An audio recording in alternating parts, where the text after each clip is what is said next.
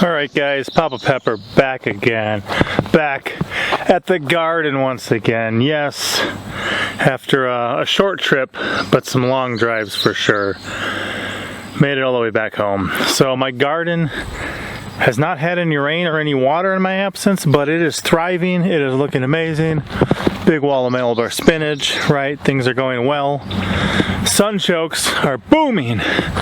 Look at this tower of sunchokes. I think they're going to be one of my top garden plants. Not in the top 3, but maybe we'll give them a number 4 or something. But I am actually back in the running, guys.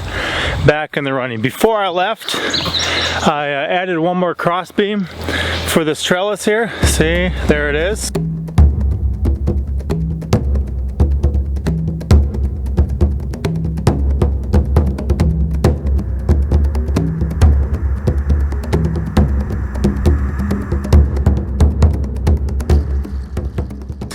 Right, we had the first one before up there, and then I added another one, and it is so strong.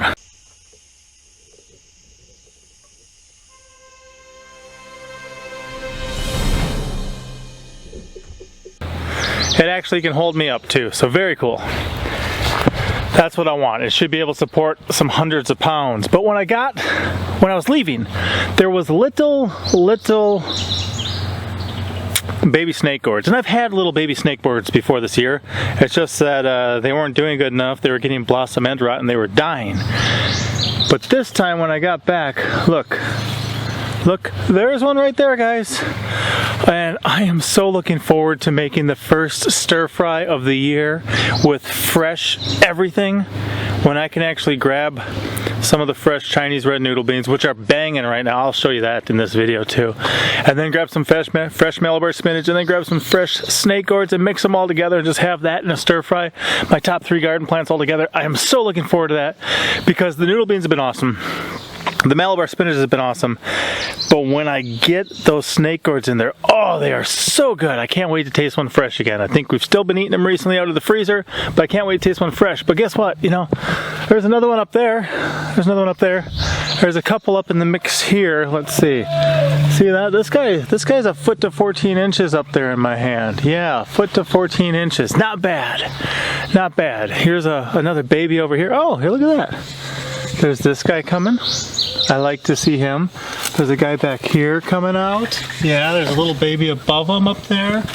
This little guy's coming in. I mean, we were getting, I don't know, 4 or 5 a day, sometimes almost daily for a while last year, which was incredible. Absolutely loved it. And one of those is like a meal or more for my family.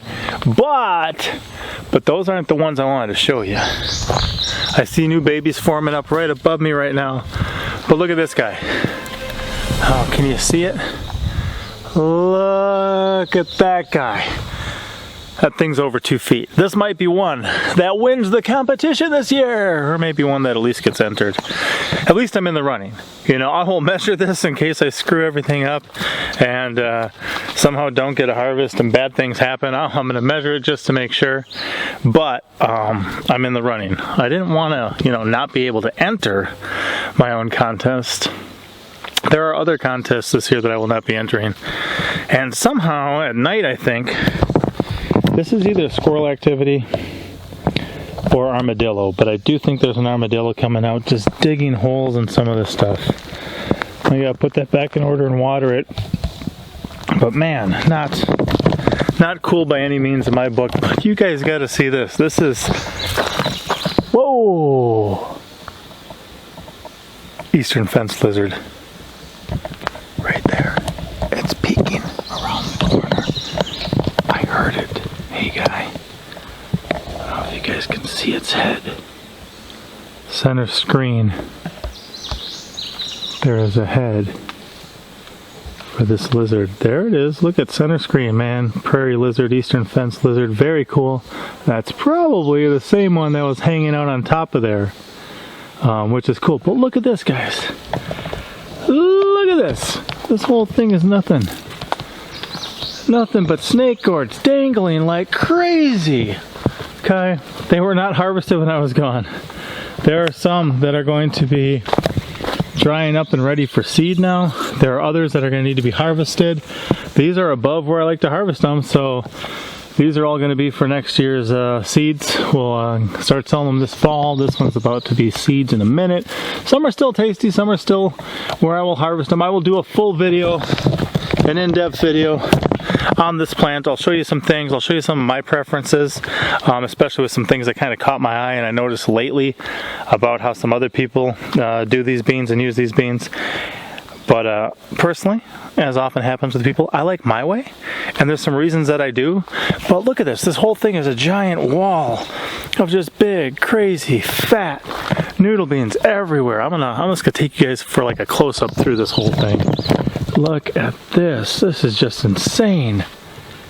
I mean, it's like walking through some of those old bead doorway things from back in the 70s or something. Look at that. Just look at them all. They just go on and on. And think about how big these are. I would actually like to sit there and take some big fat ones once and count how many it takes to fill me up. I mean, look at that. That could be a meal for somebody right there. Just that. And oh, that's right. They grow on the outside of the trellis too. Look at this wall. This thing is crazy. They're just everywhere. And they're cranking it out. They're cranking it out. Look at this. That thing. That's just amazing. So yeah, totally loving that. Totally loving that. And like I said, I showed you guys before I left just how amazing those whatchamacallits were, the Malabar spinach. So there are some things I do well with gardening, other things I need more learning with, but I'm glad to be able to crank out some stuff to be able to feed my family. And even check this from this angle. Now that big giant thing over here is the sunchokes. That big giant thing over there, and I mean, here's a, what, an 8-foot stepladder? 6-foot stepladder? 6-foot stepladder, I think. So you can see how tall it is. It goes up like 9 feet over there, maybe a little over 9 feet. That side's still like 7 feet tall or something. I gotta put the rest of those cross beams on and let the upper canopy fill in, so later you can kind of walk through here and just kind of get the effect.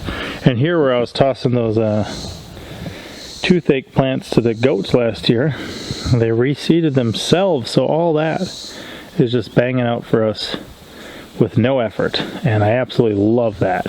That is so cool. So like I said, not everything works, but some things do, and when it really works out well for us. I am so in the running. Let's show off that big one more time, this big snake gourd, and then I've actually got to get harvesting here.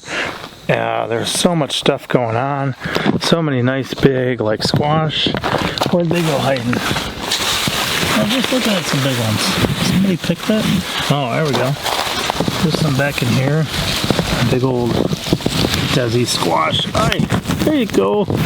There's a couple of those in this row because there's some over here too, see? Yeah, they're working for us, guys. More food for the fam. Oh. So let's just show off this big guy one last time. Here it is, guys. Look at that up there. There it is. I'm in the running. Don't count me out. I may not win it, but at least a bunch of people. Some people bought some seeds from us. Some people got some seeds from Baker Creek. Some people I sent them to for free. But there's more people growing snake gourds this year than there was last year. And some people are in it to try to save their own seeds. And that's a cool thing too.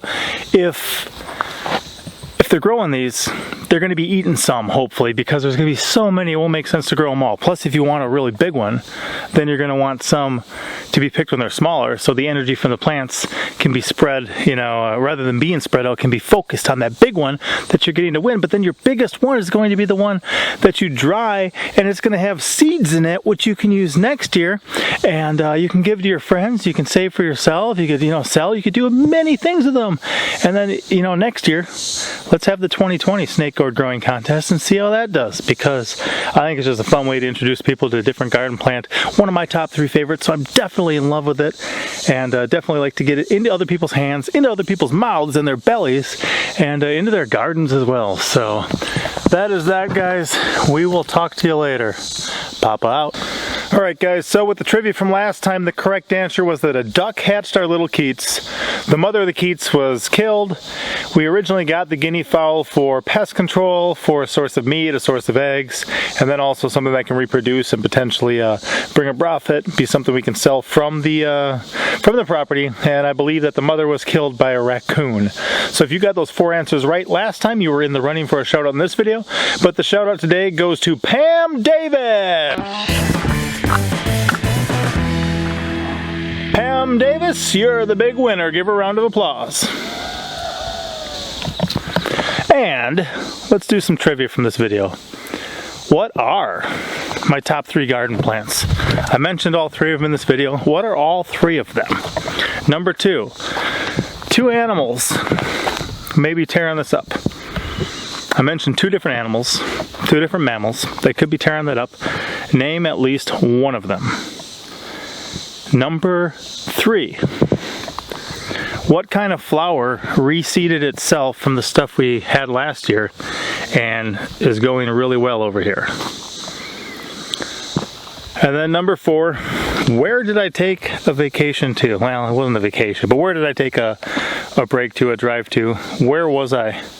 What state? If you know the answer to those 4 questions, leave them in the comment section below. I'll be picking one person who answers all 4 of them correctly to give a shout out to in an upcoming video.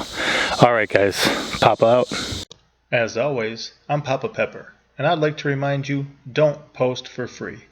If you'd like to be part of a revolution in social media, an economic power to the people where users can actually blog for cryptocurrency, then I'd recommend that you check out steemit.com and join the revolution. Papa out.